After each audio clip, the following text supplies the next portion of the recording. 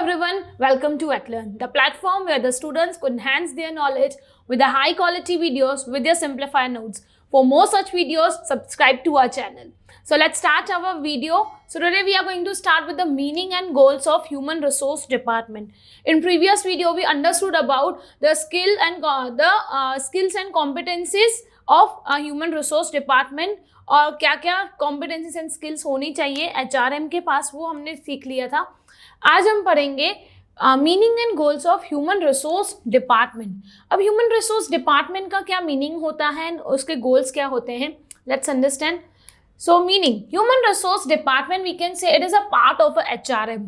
वो एक HRM का ही पार्ट होता है जिसमें एक एम्प्लॉयज़ को ट्रेनिंग दी जाती है, उसका करियर डेवलपमेंट किया जाता है, उसके परफॉर्मेंस अप्रेजल के बारे में डिस्कशंस किए जाते हैं, उसके आगे करियर गोल्स क्या होंगे उसके बारे में डिस्कशन किया जाता है. और we can say that human resource management, human resource department is a part of HRM in which includes all the activities to increase the motivation, to increase the knowledge and skills and proficiency of an employee.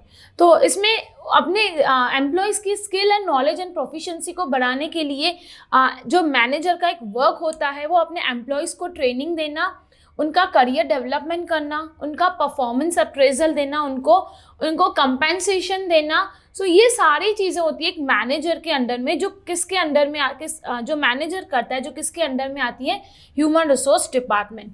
So as well as I told you, to improve the improves employees efficiency as well as the knowledge and the skill and working conditions of an employee. So that is all known as a human resource department. In short, we can say that human resource department is a process where manager has to push the efficiency of a person, of an employee or the individual. So that is human resource department. Now let's see the goals of human resource department. सबसे पहले क्या करना पड़ता है, resource planning. Resource planning हमने देखा था कि क्या होता है, एक ह्यूमन्स की प्लानिंग.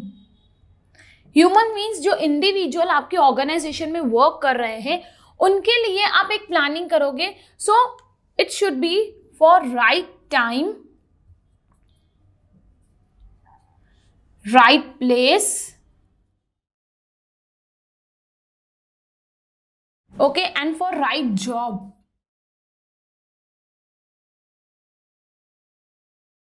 अब सबसे पहले जो काम होता है ह्यूमन मैनेजर का, अपने जो इंडिविजुअल्स हैं, जो ह्यूमन्स हैं, उनकी प्लानिंग करना विद द राइट टाइम. जिस टाइम में वैकेंसी है, जिस टाइम में उस पर्सन की ज़रूरत है, वो एक डिपार्टमेंट में, फॉर एग्जांपल अब सेल्स डिपार्टमेंट ना, एक एम्प्लॉय ने सडनली छोड़ दिया, वो एक अपनी जो ड्यूटी थी वो छोड़ दी, तो उस राइट टाइम पे उस पर्सन को रिक्रूट करना विद द राइट प्लेस. अब सेल्स के लिए चाहिए तो सेल्स के लिए ही हम रिक्रूट करेंगे, फाइनेंस के लिए नहीं करेंगे. तो right place with the right job. उसकी जॉब क्या होगी, उसकी रिस्पॉन्सिबिलिटीज़ क्या होंगी, उसकी ड्यूटीज़ क्या होंगे, कौन सी वो टास्क परफॉर्म करेगा, वो सारी चीज़ें प्री प्लानिंग होनी चाहिए.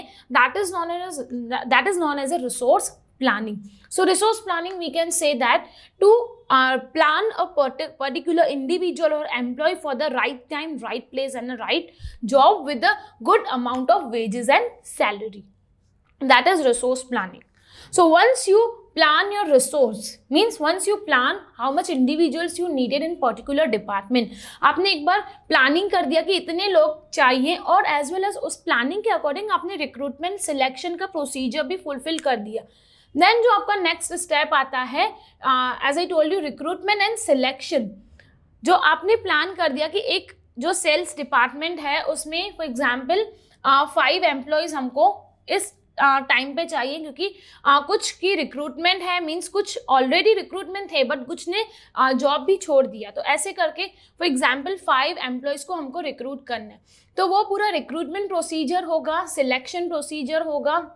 So as recruitment and selection procedure is very crucial, so manager has to take some crucial decision regarding recruitment and selection. क्योंकि आप जब recruitment and selection करते हो कोई एम्प्लॉय का, वो बहुत ही ध्यान से करना होता है.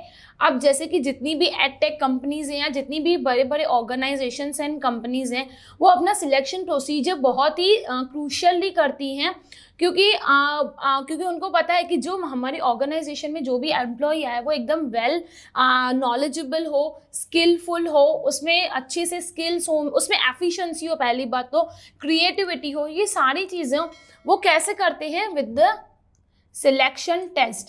बहुत सारे सिलेक्शन टेस्ट लिए जाते हैं, बहुत सारे राउंड्स होते हैं। अब जितनी भी बड़ी ऑर्गेनाइजेशंस होती हैं जैसे कि गूगल हो गया, एप्पल हो गया, उनके जो सिलेक्शन टेस्ट होते हैं वो उसमें कम से कम 5 से 6 राउंड होते हैं, तब जाके आप एक कंपनी में एक प्लेस्ड हो पाओगे, आपकी कंपनी में एक जॉब लग पाएगी, क्योंकि बहुत ही crucial decisions they have to take regarding selection procedure. तो once you plan then you have to recruit and selection an individual according to the skills and according to the knowledge which actually requirement for that particular department. अब sales के लिए चाहिए तो आप वैसा ही person को recruit करोगे जो सेल्स में एक्सपर्ट हो, मार्केटिंग के लिए चाहिए तो मार्केटिंग में एक्सपर्ट हो, ऐसे लोगों को आप रिक्रूट करोगे। देन आता है training and development. So once you recruit and select an individual, the next step is to give a training and development, not only new person, not only new individuals but also the existing individuals also, क्योंकि training सिर्फ new employees को ही नहीं चाहिए होती, पर जितने भी एग्जिस्टिंग एम्प्लॉयज़ हैं उनको भी ट्रेनिंग की रिक्वायरमेंट होती है। एज यू नो कि एवरी टाइम हर कुछ ना कुछ टाइम में, थोड़ी ना थोड़े टाइम में कोई ना कोई न्यू टेक्नोलॉजी आती रहती है हर एक फील्ड में, तो उन चीज़ों का ट्रेनिंग देना, डेवलपमेंट देना, अपने एम्प्लॉयज़ की स्किल्स को बढ़ाना, दैट इज़ मैंडेटरी। तो to give a training to both new and existing employees, that is crucial part of HRD. Then आता है performance appraisal. So performance appraisal, once you give a training and development to an employee, उनका performance appraisal करना, we can say that performance appraisal is a systematic evaluation and the rating system. Rating system, यहाँ पे क्या होता है, जितने भी employees को आपने ट्रेनिंग दे दिया, आपने डेवलपमेंट कर दिया उनका, अब टाइम है उनको ऑब्जर्व करने का, अब टाइम है उनको रेटिंग देने का। अब जितने भी टास्क या ड्यूटीज़ आपने एक ऑर्गेनाइजेशन, एक एम्प्लॉयज़ को दिया हुआ है, how they are performing such duties, are they willing to do all such duties which are assigned by an organisation, क्या वो जितनी भी ड्यूटीज़ कर रहे हैं, ऑर्गेनाइजेशन दे रहे हैं, क्या वो विलिंग है, या कितना टाइम लगाते हैं, कितना एक्टिवली और कितना क्रिएटिवली वो अपनी ड्यूटीज़ को परफॉर्म करते हैं। सो उससे क्या होता है, आपकी एक सिस्टमेटिकली रेटिंग होती है जिसको हम बोलते हैं परफॉर्मेंस अप्रेजल। यहाँ पे आपके जो परफॉर्मेंस अप्रेजल है, नाम से ही हम समझ रहे हैं, आप जो एक ऑर्गेनाइजेशन में परफॉर्म देते हो, परफॉर्मेंस करते हो अपने वर्क को, अपने टास्क को कंप्लीट करने के लिए। अब फॉर एग्जाम्पल, आपको एक कंपनी ने, अपने ऑर्गेनाइजेशन ने टास्क दिया कि आपको एक मंथ में आपको 5 lakhs का बिजनेस करना है, तो वो 5 lakhs का बिजनेस इज योर टास्क, वो आपका एक टास्क बन जाता है, एक टारगेट बन जाता है, and the company will observe you, are you able to fulfil all such task which are giving by organisation. तो उसके बिहाफ पे आपकी होती है performance appraisal, means systematic rating. So it could be at the end of the month, it could be quarterly, monthly, 6 monthly, या according to depends on an organization कि वो कैसे एक रेटिंग अपने एम्प्लॉयज़ की करते हैं। देन आता है remuneration. Remuneration we can say that the wages and